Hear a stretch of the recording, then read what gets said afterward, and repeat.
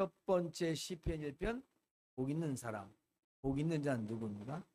두 번째 그 다음 주에 하나님을 목자 삼자, 나의 목자신 하나님.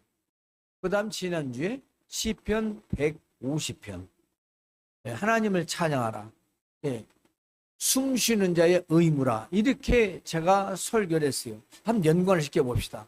복 있는 자, 복 받은 자, 의인, 예수 그리스도를 믿는 자, 당신은 여호와를 경외하는 자. 지금은 하나님의 아들이신 예수 그리스도를 믿고 하나님을 경외하는 자, 복 받는 자입니다. 복 받는 자는 어떻게 살아간다고 했습니까? 악인들의 꾀를 좇지 아니하고 죄인들의 길에 서지 아니하고 오만한 자들의 자리에 앉지 않는다고 했습니다. 오직 하나님의 말씀, 율법을 주야로 묵상한다. 그 사람은 마치 시냇가에 심은 나무가 철을 따라 열매를 맺은 같이 그가 하는 모든 일이 다 형통한다. 그런데 악인들은 그렇지 않다. 반대다. 바람에 나는 겨우 같다. 그래서 그들의 심판을 견디지 못한다. 그리고 그 길은 하나님께서 인정하시지만 악인의 길은 망하리로다 라는 게 1패란 말이에요. 그렇다면 복 있는 자는 바로 하나님을 목자로 삼는 자다. 그 사람은 사망의 음침한 굴자를 갈지라도 해를 두려워하지 않는다. 왜냐? 하나님의 말씀의 지팡이와 막대가 지켜주실 것을 믿기 때문이다. 그리고 그는 영원히 하나님 아버지 집에 살 것을 소망하며 살아간다. 그런데 그 사람은 하나님을 찬양한다.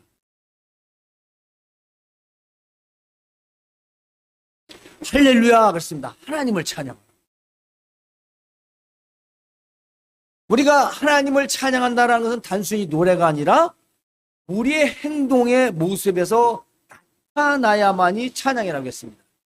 그냥 노래, 송이 아니고 우리의 신앙의 고백이 행동으로 나타나고, 그리고 거기에 우리는 음료를 붙여서, 멜로디를 붙여서 흥겹게 춤을 추며 노래한다 했습니다. 세상의 모든 관현악은 다 동원해서 하나님을 찬양하고, 그 중에 가장 최고의 악기 명기는 바로 하나님의 주신 몸, 우리의 몸이다.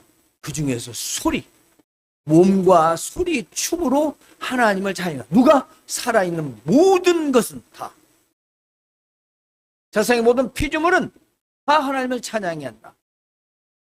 그렇다면 그 사람은 이 시대의 어떤 사람일까? 예수님을 따르는 자다. 예수님을 따르는 자.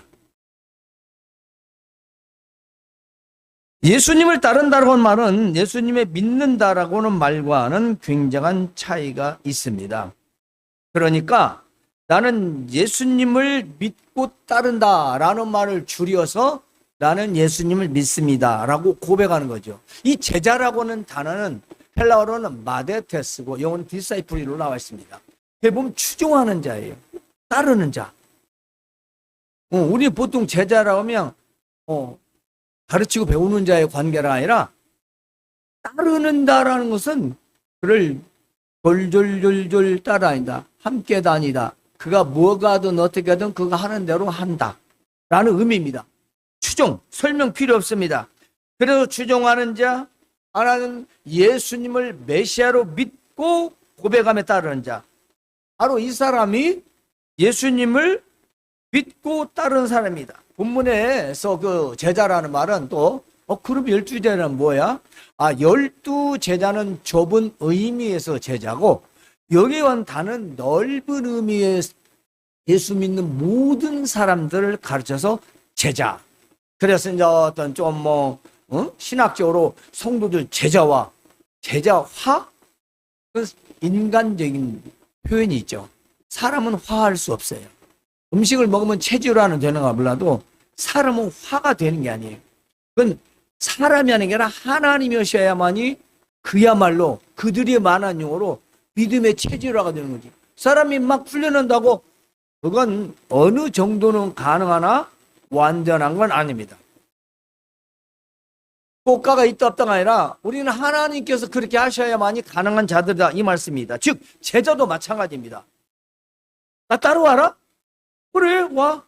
그렇게 한 게 아니에요. 너 나 믿냐? 그래? 너 믿어봐. 그렇게 하신 게 아니에요. 오늘 우리는 우리 신앙에 좀 심각한 고민을 할 필요가 있어요.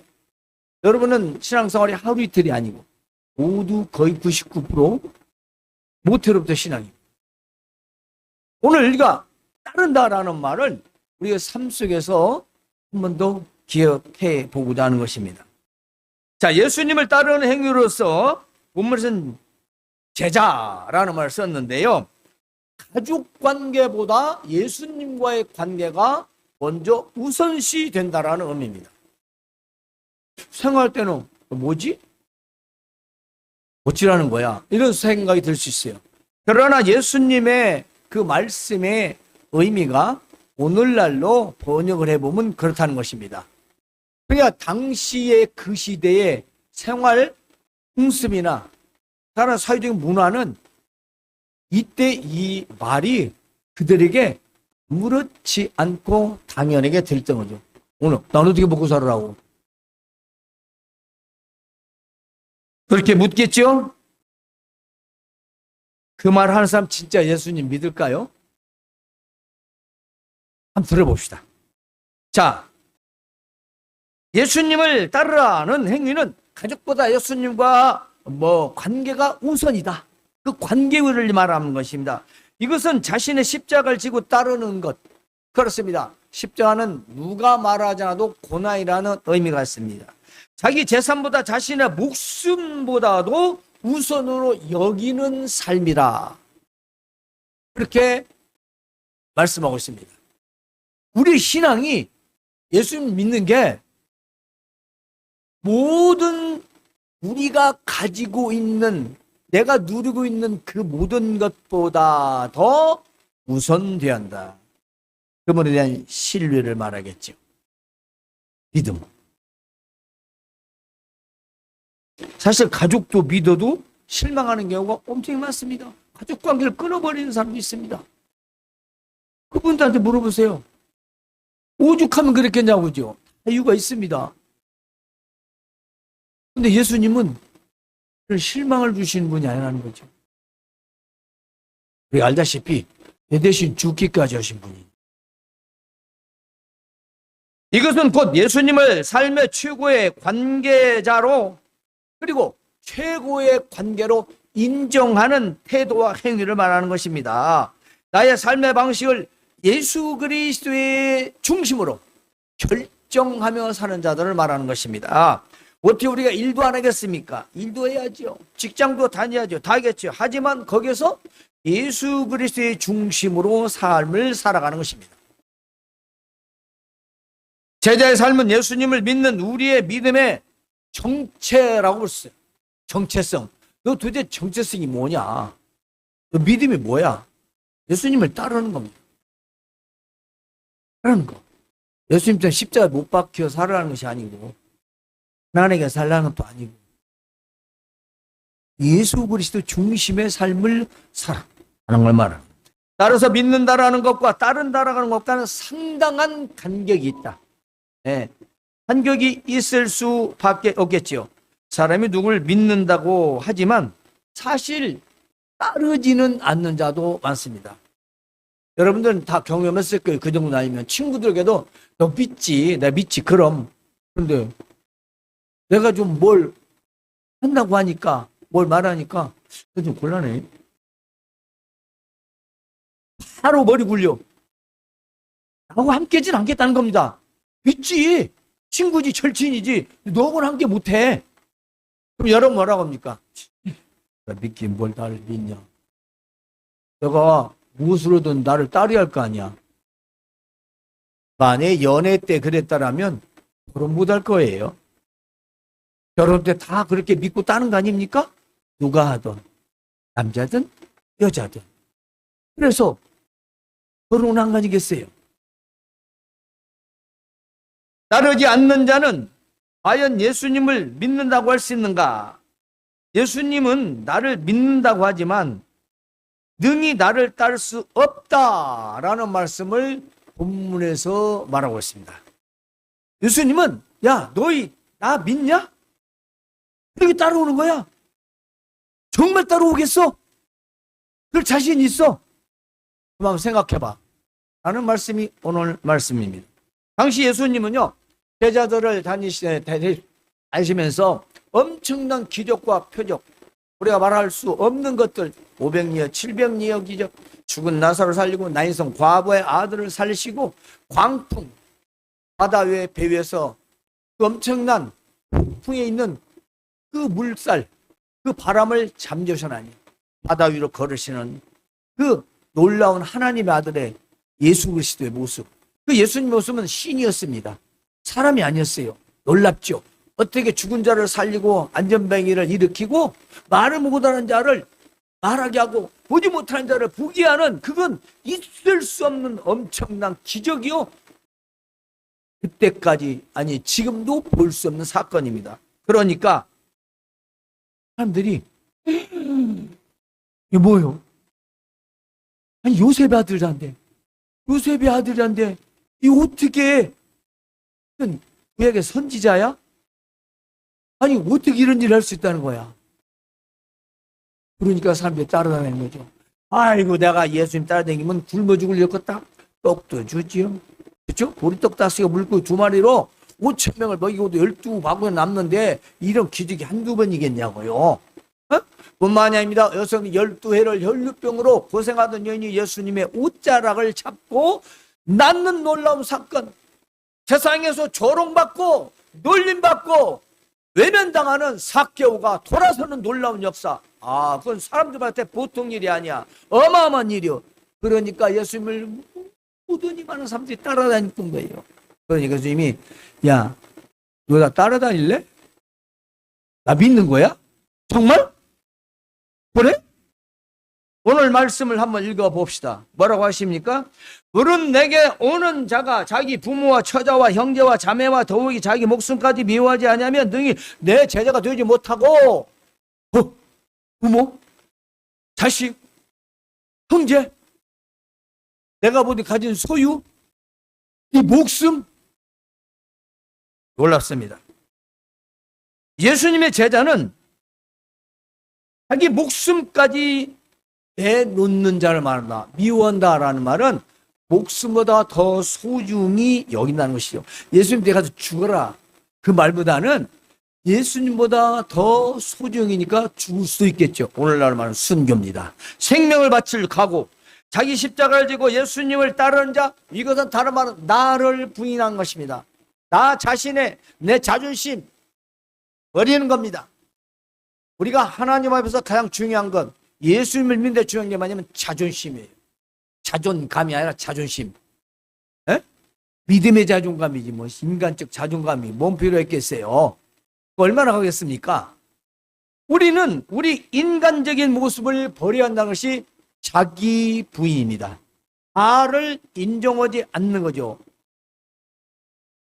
이게 쉽습니까? 믿으면 쉽습니다. 믿지 않으면 아주 어렵습니다. 그것은 부부 사이, 부모 자식, 대인관계 마찬가지입니다. 대인관계도요, 내가 바보처럼 순서 얘기하면 무시했다가도 인정하거든요. 바보 같으더니 아니네. 아니 어떻게 사람이 그러니 맹한 이상하는데 99시 이상하니 모자라는 거 아니야? 그런데 그 사람 진실성을 가지고 대하면 그의 겸손은 그의 존귀가 되는 겁니다. 그러므로 자기 부인과 자기의 모든 소유를 버리는 것입니다. 내가 가진 걸 버린다, 있을 수 있습니까? 예수님은 그걸 뭐라고 말했습니까? 자기 소유를 버리는 것, 가치를 어디에 두느냐는 것이죠. 우리 삶의 가치를 어디에 두냐? 아파트 90평짜리 100방짜리 두냐? 롤스로이스 외제차에 두느냐?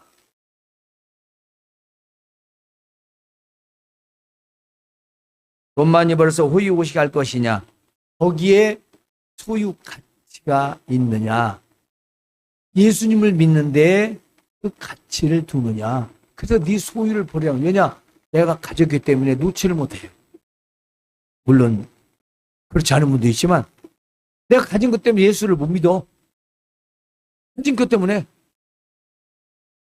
마지막으로 맛을 내는 소금입니다. 이것은 제자의 삶을 말하고 있습니다. 그 맛을 잃으면 짠맛이 없는 소금이 되는데, 이해가 빠르죠? 소금이 짠맛이 없어요. 그 소금입니까? 이름만 소금이지 소금이 아니에요. 그 성도가 예수님을 믿어요. 근데 예수님을 따르지는 않는 것 같아. 그러면 그 사람 무늬만 성도. 그냥 이름만 성도라는 거죠.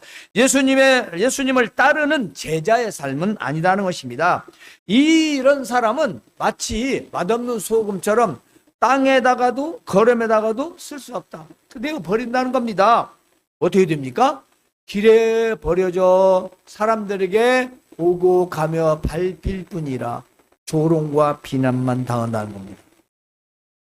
환난과 핍박을 당했는데 조롱과 비난을 당합니다. 환난과 핍박은요, 믿음 때문에 당하는 환난 핍박입니다. 조롱과 비난은 우리가 행실이 올바르지 못하고 그들에게 보여주지 못해서 우리가, 그러니까 소금의 맛이 빛이 없는, 그래서 우리가 조롱 비난을 받게 되는 거지요. 여러분, 곧 세상 사람들에게 조차 우리는 조롱받고 비난받고 쓸모없는 종교인만 될 뿐입니다. 오늘 우리들의 잘못, 누구 개인이라기보다는 우리 신앙인들의 그런 잘못 때문에 우리는 세상 가운데서 밟히는 거죠. 조롱받는 거죠. 왜 그럴까요? 예수님을 믿는다고 하지만 따르지는 않는 삶을 살기 때문입니다. 지멋대로죠. 예수님 따르는 삶은 아니에요. 공교인이에요. 여러분, 우리가 제자인지 아닌지 한번 예를 들어 말해 볼게요. 테스트입니다. 자, 선거 유세 때 보면 말입니다. 굉장히 후보들이 공약을 많이 하잖아요. 내가 뭘 어떻게 하겠습니까? 이렇게 하겠습니까? 자기들 얘기를 합니다. 그런데 한 후보가 있다가, 여러분, 그런데 나를 찍으면 당신네들 부모도 다 버리하고 형제도 다 버려야 되고 자기가 있는 자신도 다 포기해야 됩니다. 여러분, 목숨도 나를 위하여 바쳐야 됩니다.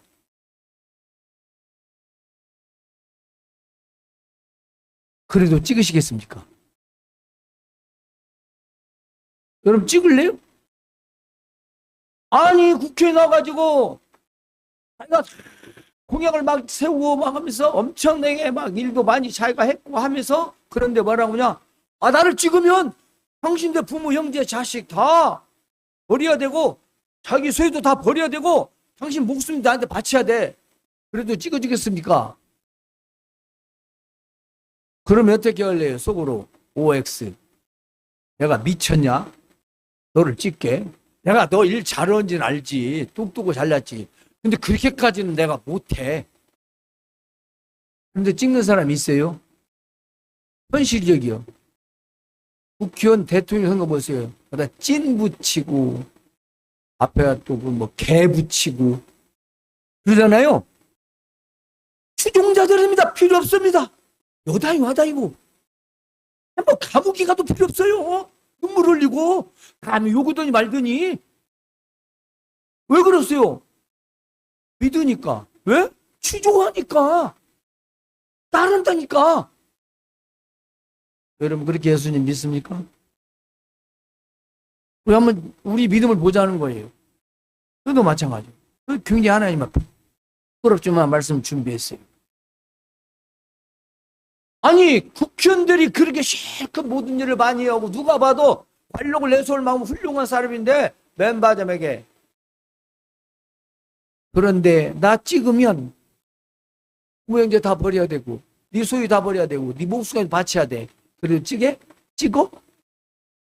추종하는 사람 찍습니다. 그러나 내가 너를 믿지. 근데 그건 아니야. 그 뭐예요? 못 찍, 내가 안 찍지. 야, 나 어떻게 보고 살래? 너 다 주고. 내가 뭐 너 따라다니면 나한테 뭐 자리 하나 줄래? 못 해줄 거야? 그거 아니잖아. 그러니까 내가 너를 실력이었는데 못 찍어. 이런 사람이 분명히 있습니다. 오늘 우리가 신앙생활에서 한번 돌아와 봅시다. 예수님을 믿는다는 거 단순히 우리 주일 예배로서 끝나는 게 아니잖아요. 후보를 완전히 믿고 따르는 자, 자기를 포기하며 추종하는 사람은 찍을 것입니다. 그렇죠? 당연하죠. 지금도 있다니까요. 그런 사람들 많아요. 그래서 선거 때 밀어주고 망한 사람, 선거 때 밀어주고 흥한 사람. 뭐 우리 사실이 거짓말 아니에요. 뭐 과거 얘기도 아니고. 그러지만 믿기만 하지만 그가 원하는 걸 들어줄 수는 없다 라는 사람은 안 찍습니다. 내가 어떻게 나를 포기해? 나는 뭘 먹고 살으라고? 나 뭐 어쩌라고? 그건 아니지. 오늘날 신앙생활에 맞습니다. 나보고 뭘 포기하라고? 어쩌라고? 오늘 예수님을 믿고 사는 우리는 어떻습니까? 우리는 앞으로 어떻게 살아야 하는지. 오늘 예수님을 믿는다는 것은 예수님을 따르는 것이고, 예수님을 따르는 삶은 곧 예수님을 죽을 때까지 따르는 것을 말합니다. 예수님의 일거수일투족을 다 신뢰하고 나의 인생을 그분에 의한 삶으로 방향 전환입니다. 바꾸는 겁니다. 내가 일을 안 하는 것도 아니고, 부모를 버리는 것도 아니고, 형제를 버리는 것도 아니고, 내 소유를 다 팔아버린 것도 아니지만, 그 모든 삶에서 최우선순위, 금과의 나의 관계는 일촌이 아니라 무촌 관계다. 엄청 가까운 관계다. 하나라는 뜻입니다. 우리는 세상에서 무촌이면 남이라고 하지만 사실은 하나고 관계지. 하나 사이 촌수가 어디 있습니까? 한 사람들 잘못해서 그런 거예요. 부부는 하나예요. 그래서 무촌이라고 하죠. 촌수가 없다. 우리는 예수 그리스도 말미암아 하나님 아버지, 우리 예수님과의 관계. 이것은 믿음의 관계입니다. 그러므로 우리는 나의 모든 인생에서 예수 그리스도에 의한 삶을 살아야 한다는 것입니다. 따라서 부모, 자식, 형제, 자매와 자기 목숨까지도 미워해야만 비로소 예수님의 제자가 되는다는 것입니다. 예수님을 진짜 참말로 진정으로 따르는 자를 말한 것입니다. 여러분 진짜 친구가 한번 해보세요. 실망하지 마시고. 너 믿지? 너 그렇게까지는 못해. 네 집 잡혀가지고 한 1억만 빌려줄 거야?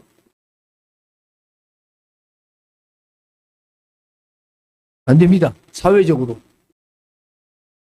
인식이 이렇게 돼 있어요. 하나에게라 우리는 이렇게 부정적인 사회에서 살아가고 있어요. 따라서 부모, 자식, 형제, 자매와 자기 목숨까지도 미워해야 하는 그는 예수님을 따르는 자다. 그렇다면 부모, 자식, 형제 모두 원수처럼 대해야 하는 것인가? 아니면 철저히 외면하며 살아가는 것인가? 내가 가진 모든 소유를 다 포기하는 것인가? 그 이유는 다음과 같습니다. 예수님이 이처럼 강하게 말씀하신 이유가 있죠. 이 말씀입니다. 나를 하나님의 아들 메시아 구원자로 믿는다면, 예, 그 말씀입니다. 그리고 25절에 무릇 내게 오는 자, 내게 오는 자란 단어의 의미가 있어요. 나를 메시아로 믿는다면, 너희가 기다린 메시아라면 진짜 믿냐? 나를 구주로 믿는 거야? 구주 믿는 거야? 그렇다면 말이죠. 그렇다면 예수님은 그 사람들의 진짜 속사람의 속마음의 신앙을 바라보신 것입니다. 나를 따르는 자가 되어야 하는데 따르는 손해와 이 관계를 잃게 될 것이다. 나를 따르게 되면 네가 가져야 할 모든 것들을 손해를 보게 될 것이고 이익도 잃어버릴 것이다. 관계도 잃어버릴 것이다. 너희 몸과 마음과 시간과 물질들, 인간관계까지도 잃게 될 것이다. 그런데도 나를 따르겠느니? 나를 믿겠니? 그 말 속에는 우리가 생각해 봐야 돼요. 너 나 메시아로 믿냐? 내가 전지전능자고 500이에요 700이요 죽은 자를 살리는 능력자로 믿냐고. 믿는 사람이면 예, 집이 문제입니까? 부모가 문제입니까? 아이고 주님이 먼저지요. 하겠지요.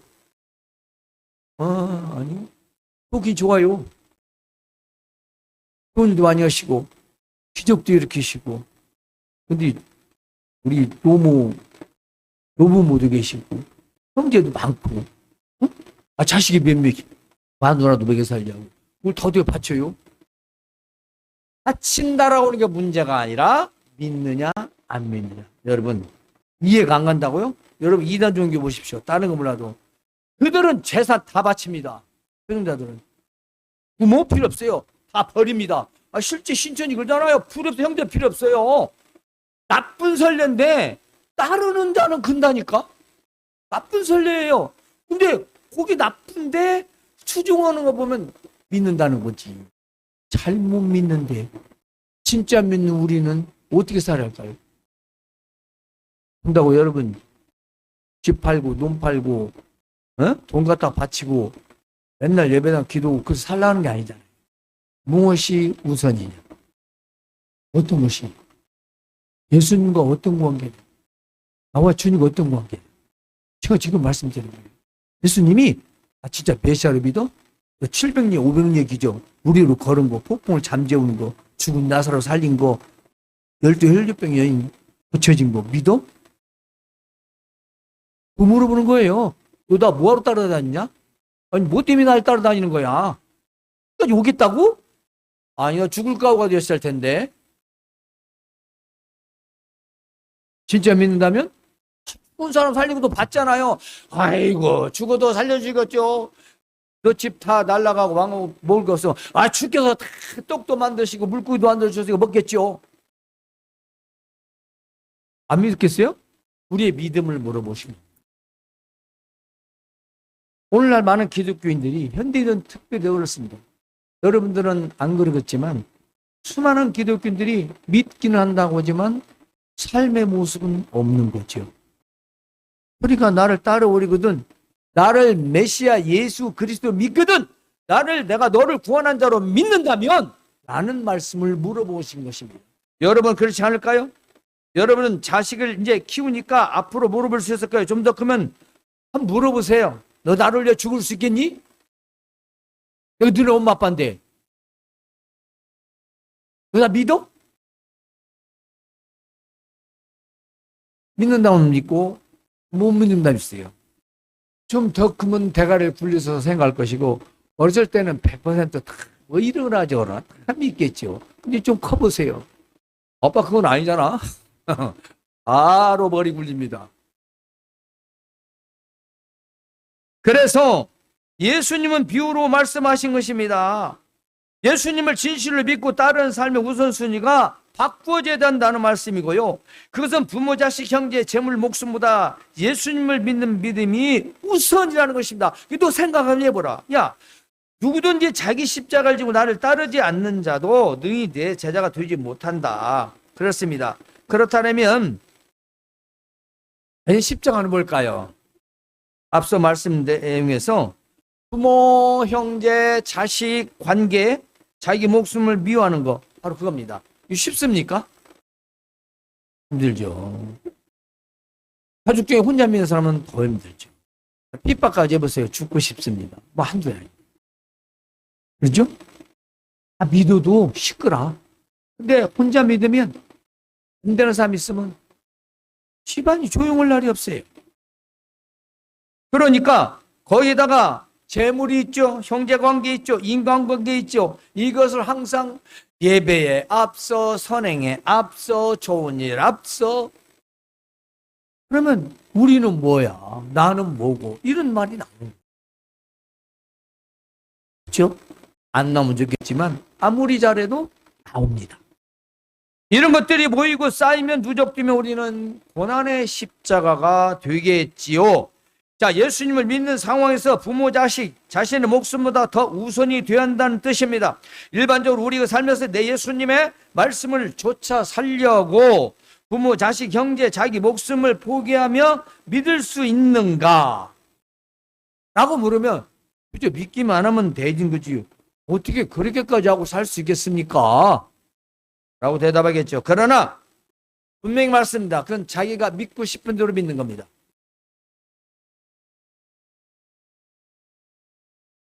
자기가 믿고 싶은 대로 믿는 거예요. 예수님이 원하는 삶은 아닙니다. 즉 예수님을 따르는 삶은 아니라는 것입니다.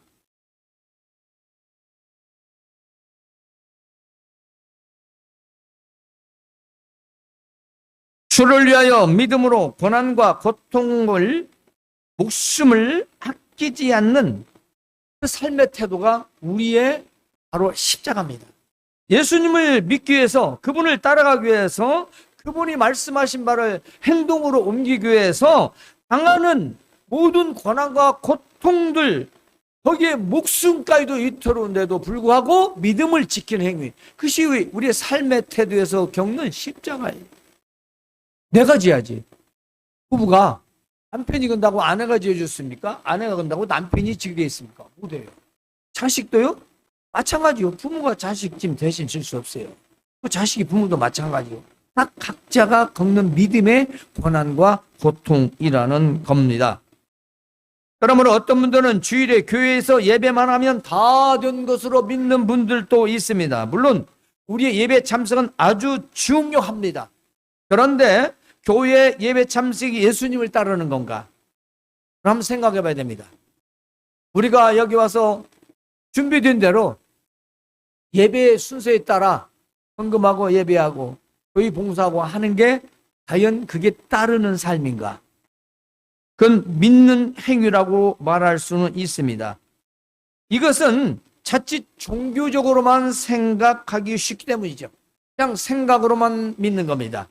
우리의 행동에서 나타나지 않을 수 있는 것입니다. 그러므로 삶으로 이어지는 신앙이 되어야 하는데요, 여기에는 나의 믿음이 바로 비용이 들어가게 마련이다. 예수님이 신앙생활에 대한 그 계산을 한번 해보라는 겁니다. 야, 누가 망대를 지으려고 한다. 초소를 하나 세우려고 하는데, 아니 이걸 지으면 완공이 다 됐을까 하는데 돈이 들어갈 거 아니냐. 아, 이 돈으로 끝까지 지을 수 있을까 생각하지 않겠느냐. 근데 만약에 이거 되는 대로지 뭐 믿다면 되겠지 하고 그냥 자기가 무작정 되는 대로 하면 어떻게 되겠습니까? 그거 못하죠. 기초만 하고 그만두는 사람들이 그럴 것이다. 왜 이런 하고 마무리 도대체 언제 할 거냐? 이렇게 뭐겠어? 도대체 믿는 거냐? 마는 거냐? 또 하나 있으면 예수님은 어떤 임금이 다른 임금과 싸우려고 하는데 자기 군제 1만 명인데 저쪽에는 2만 명이 와요. 그럼 내가 어떻게 저들을 대적해서 싸워야 할 것인가? 계산하지 않겠느냐? 전략전술을 세우지 않겠느냐? 그래가지고 만약에 아이고 10,000명으로 20,000명으로는 안 돼. 그럼 뭐 하겠냐? 화친을 정할 거 아니겠냐? 우리 싸우지 말자. 여러분, 비용은 뭡니까? 자기 소유를 버리는 계산입니다. 예수님을 따르는 데는 손해볼 수 있는 계산이 있어야 한다는 거죠. 잘 먹고 잘 살고 부귀영화 누리고 그런 종교는 세상에 하나도 없어요. 거기에 대가가 있다는 겁니다. 대가가. 33절 한번 보겠습니다. 이와 같이 너희 중에 누구든지 자기의 소유를 버리지 아니하면 능히 내 제자가 되지 못한다. 자기의 소유는 뭡니까? 삶의 부모, 자식, 형제, 자기 목숨입니다. 이보다 더 예수 그리스도와 우선이 되는 삶을 말하죠. 자기 소유를 버리는 것은 소금의 맛을 유지하는 것입니다. 34절을 보시면 소금은 참 좋은데 소금이 맛을 잃으면 그 맛을 잃는데 무엇으로 그 짠맛을 낼 수 있겠느냐? 소금도 아니죠. 버리는 거다. 거름도 못 쓴다. 땅에도 하나도 못 쓴다. 아무 쓸모가 없다. 그리고 마지막에 들을 귀 있는 자는 들을지어다 하셨습니다. 즉 귀가 만들어진 것은 들으라고 만들어졌다는 것입니다. 귀를 왜? 들으라고. 눈은 보라고. 입은 말하라고. 입은 먹으라고. 귀는 내보내라고. 이 기관이 만든 이유가 그게 필요에 따라서 써라고 기능이 있다는 거죠. 예수님의 제자 곧 믿고 따르는 자는 세상의 소금과 빛입니다. 성경구를 한번 봅시다. 마태복음 5장 13, 16절에 보면 너희는 세상의 소금이니 그렇습니다. 너희는 세상의 빛이니 그렇습니다. 그런데 이같이 이 빛이 사람 앞에 비치게 하여 너희 착한 행실을 보고 하늘에 계신 너희 아버지께 영광을 돌리게 하라. 제자의 삶을 말하는데요, 우리는 예수님을 나의 주인으로 삼고 그분의 말씀을 따라 사는 것, 세상에서 빛과 소금의 착한 행실로 사는 것 너무 쉬워요. 너무 쉽습니다. 우리는 예수님 나의 구인으로 삼고 그분의 말씀을 따라 사는 가운데 선하고 착한 행실을 하며 사는 겁니다. 그것을 예수님은 이렇게 말씀하셨어요. 마태복음 22장 37절에서 47절에 보면 네 마음을 다하고 목숨을 다하고 뜻을 다하여 주 너희 하나님을 사랑하라 하셨으니 이는 크고 첫째 되는 계명이요 둘째도 와 같은 내 이웃을 내 몸같이 사랑하라 하셨으니 두 계명이 온 율법과 선지자의 강령이다, 명령이다, 해야 할 것이다. 역시 하나님을 사랑하고 이웃을 사랑하는 것입니다. 하나님을 사랑하는 하나님의 말씀을 통해서 사랑하는 것입니다. 그러므로 우리가 예수님을 따르며 사는 자는 어떤 약속이 보장이 되어 있을까를 보겠습니다. 그럼 대체 어쩌라고? 부모 형제 다 버리고 내 소유도 버려버리고 내 목숨 내놓으면 어떻게 살으라고? 그래서 마태복음 19장 29절 함께 봅시다. 또 내 이름을 위하여 집이나 형제나 자매나 부모나 자식이나 전토를 벌인 자마다 여러 배를 받고 또 영생을 상속하리라. 마가복음에 보면 예수께서 이르시되 내가 진실로 너희에게 이르노니 나와 복음을 위하여 집이나 형제나 자매나 어머니나 아버지나 자식이나 전토를 벌인 자는 현세 지금에 있어 집과 형제와 자매와 어머니와 자식과 전토를 100배나 받되 박해 고난과 겸하여 받고 내세 장차 영생을 받지 못할 자가 없느니라. 누가복음 보면 이르시되 내가 진실로 너희에게 이르노니 하나님의 나라를 위하여 집이나 아내나 형제나 부모나 자녀를 버린 자는 현세 지금의 여러 배를 받고 내세에 영생을 받지 못할 자가 없느니라 하시니라. 아멘. 여러분, 선거운동에 자기 몸 버리고 돈 버리고 하다 받치는 사람들 그 사람 당선되면은 하다못해 무슨 자리라도 주잖아요. 우리는 그처럼 추종하느냐 이 말이지. 다른 말로 복받을 만큼은 정말 우리가 진실이고 참되게 그분만을 위해 내가 추종할 목숨을 내놓고 믿느냐. 도대체 몇 명이나 있을까요? 라는 질문을 우리 믿는 자들은 다 해봐야 됩니다. 육신을 열심히 늘려서 할 수도 있겠죠. 우리 우선된 삶이 뭐냐는 겁니다. 그러므로 우리 주 예수님을 따르는 자들은 나의 재물과 소유 내 집과 부모, 자식, 형제, 자매, 전토를 버린 자들이에요. 그 말은 우선순위에서 밀렸다라는 뜻입니다. 따라서 예수님의 이름과 복음과 하나님의 나라를 위하여 당하는 고난과 고통, 손해를 당하는 자들은 현세에 100배 받되 박해, 고난을 겸하여 받고 영생을 받지 못할 자가 하나도 없다고 예수님이 약속하셨습니다. 오늘 우리는 신앙생활에서 시련과 고난이 있을지라도 항상 예수님을 믿고 따르는 삶을 통해 예수님께서 우리에게 약속하신 현세와 내세의 축복을 모두 누리시기를 주님의 이름으로 축원합니다. 하나님